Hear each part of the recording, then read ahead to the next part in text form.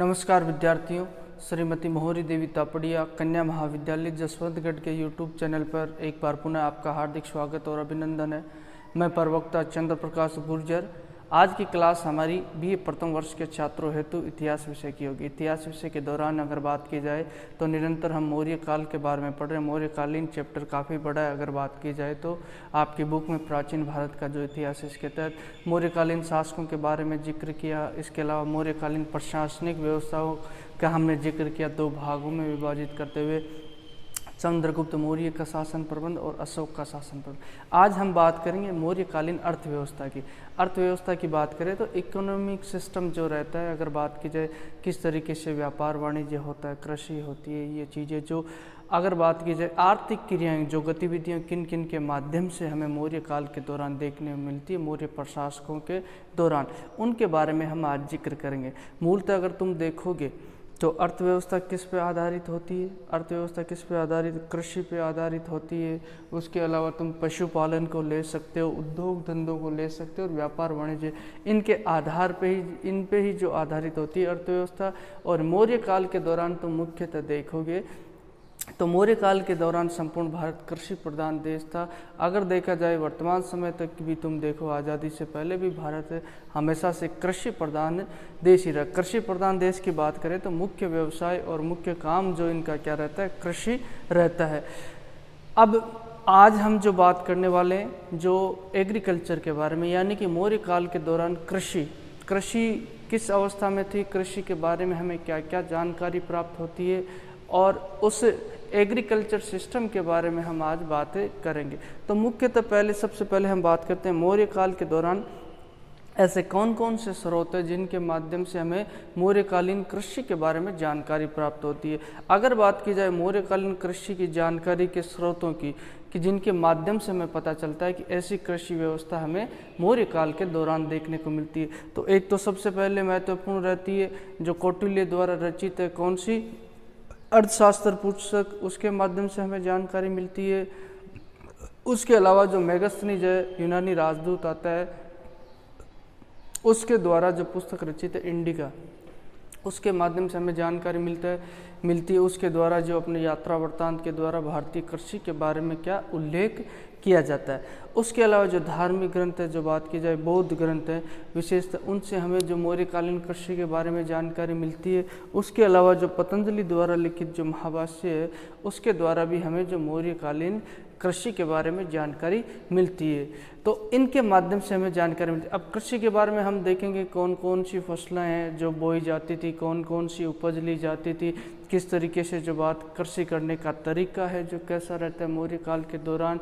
अगर बात की जाए तो किस तरीके से जो परंपरागत तरीके से की जाती थी या कृषि की तकनीक में कुछ सुधार हमें देखने को मिलती है, ये सारी चीज़ें। और कृषि में किस तरीके से जो उनके द्वारा उपज को बढ़ाने के लिए कौन कौन से तरीके अपनाए जाते थे, उन्हीं के बारे में मूलतः हम पढ़ेंगे।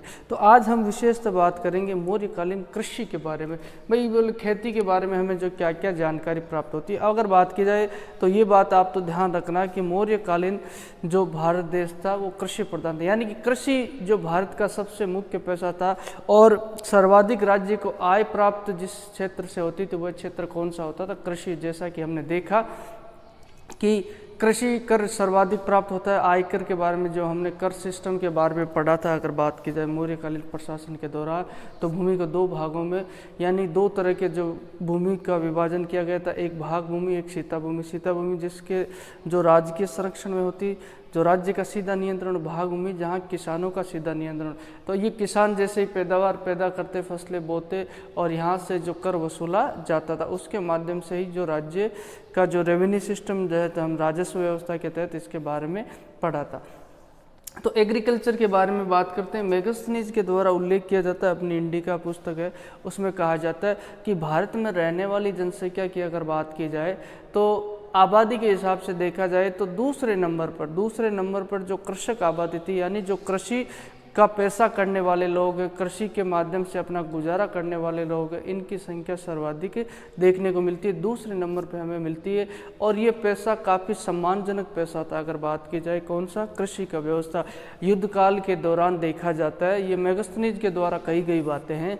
मेगास्थनीज के द्वारा अपनी पुस्तक इंडिका में ये उल्लेख किया जाता है कि युद्धकालीन परिस्थितियों की अगर बात की जाए, अगर युद्ध होता था तो दोनों पक्षों के द्वारा, जो युद्ध में जो दो पक्ष होते जिनके मध्य युद्ध होता, उनके द्वारा कतई जो खड़ी फसलों को नुकसान नहीं पहुंचाया जाता। उनके सैनिक है वह खड़ी फसलों की सुरक्षा करते थे और जिस रास्ते में खड़ी फसलें होती थी उनको बचाते हुए निकलते थे। और उनके शासकों के द्वारा भी ये निर्देश दिए जाते कि कभी भी फसल को नुकसान नहीं पहुँचाने। तो हमें देखने को मिलता है, बोले युद्ध काल के दौरान कृषक अपनी खेती करते रहते थे और जो युद्ध पास में होता रहता था, लेकिन कृषकों को कभी किसी तरीके से नुकसान नहीं पहुंचाया जाता था।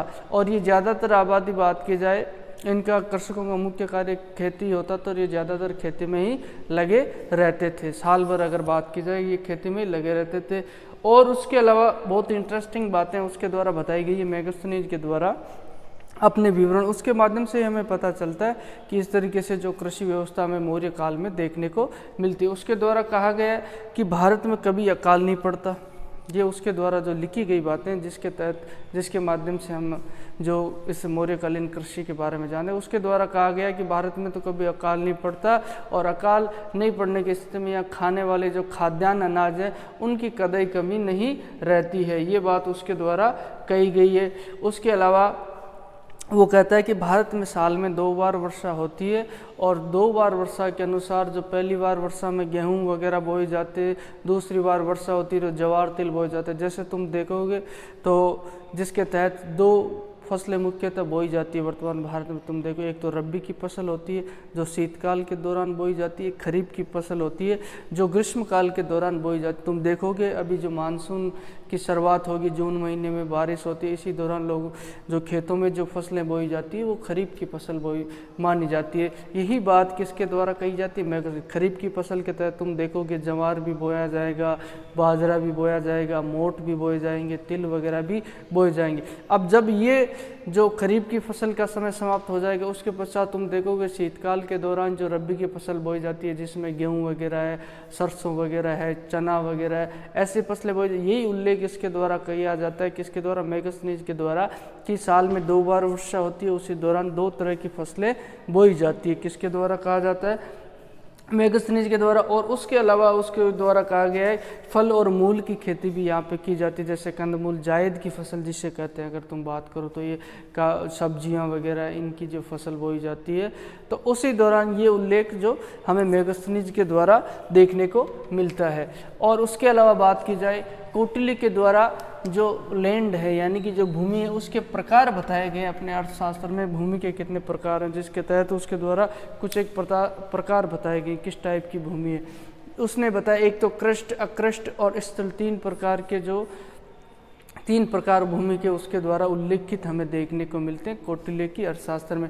कृष्ट भूमि वह होती है जो जोती हुई भूमि है, जुती हुई, जिसमें क्या फसल बोई हुई होती है। और अकृष्ट भूमि वो होती है बिना जोती हुई भूमि, यानी जहाँ फसल बोई हुई नहीं। उसके अलावा स्थल भूमि का उल्लेख किया, कई जगह जो ऊंची स्थान पे जो ज़मीन होती है जहाँ फसल बोई जाती है उसे स्थल भूमि कहा जाता है। ये कौटिल्य के द्वारा जो अपने अर्थशास्त्र में भूमि के प्रकार बताए गए हैं। उसके अलावा जो कौटिल्य के द्वारा ये भी बताया जाता है कि जो अगर देखा जाए भारतवर्ष में तो अलग अलग जो भूखंड थे, अगर जो जमीन के क्षेत्रों की बात की जाए, भूमि के प्रकार हमें देखने को मिले। कई क्षेत्रों में भूमि जो उपजाऊ देखने को मिलती है, कई क्षेत्रों में हमें कम उपजाऊ ज़मीन भी देखने को मिलती है। अगर बात की जाए तो सर्वाधिक उपजाऊ ज़मीन जो हमें गंगा घाटी क्षेत्र यानी जो बिहार यूपी का जो एरिया है, जो गंगा और यमुना नदी के बीच का एरिया, वही स्थल हमें सर्वाधिक उपजाऊ देखने को मिलता है। अभी भी देखोगे तुम भारत में वह क्षेत्र ही सर्वाधिक उपजाऊ क्षेत्र है, ये बातें बताई गई है।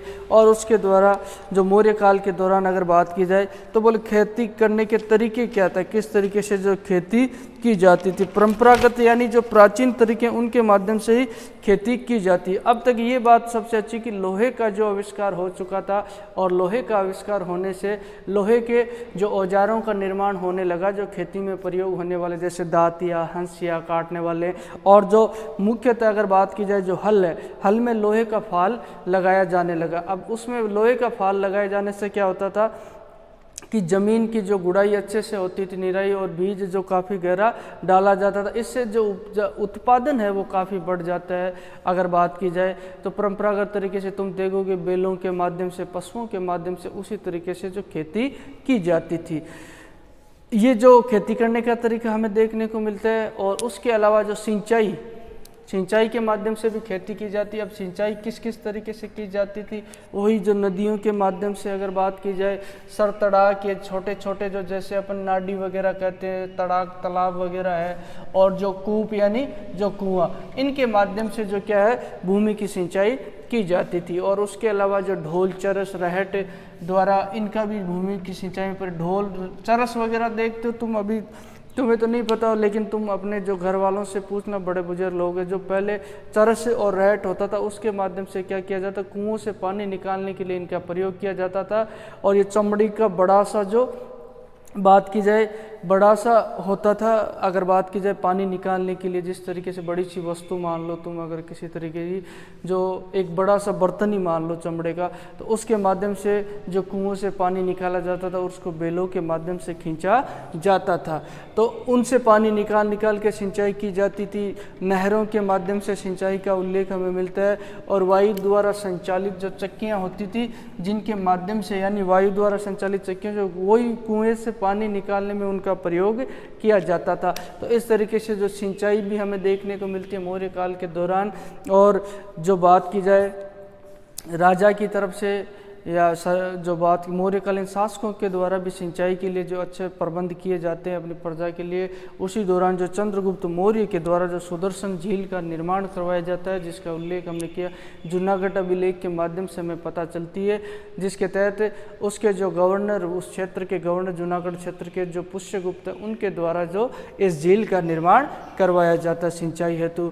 और उसके अलावा जो खाद के प्रयोग का हमें उल्लेख मिलता है मौर्य काल के दौरान, विभिन्न प्रकार की जो खादों का प्रयोग जो भूमि की उर्वरकता को बढ़ाने के लिए किया जाता था, उत्पादन बढ़ाने के लिए, जिसके तहत घी की, शहद की, चर्बी, गोबर, राख और मछली के चूर्ण के, इनसे जो खाद बनाकर जो ज़मीन में डाली जाती थी। उसके अलावा जो उपज, अगर बात की जाए, जो फसलें, जो पैदा होने वाली फसलें मौर्य काल के दौरान, गेहूँ है, जौ है, चना है, चावल, तरबूज, खरबूज, आम, जामुन, अंगूर, नींबू आदि का हमें उल्लेख मिलता है।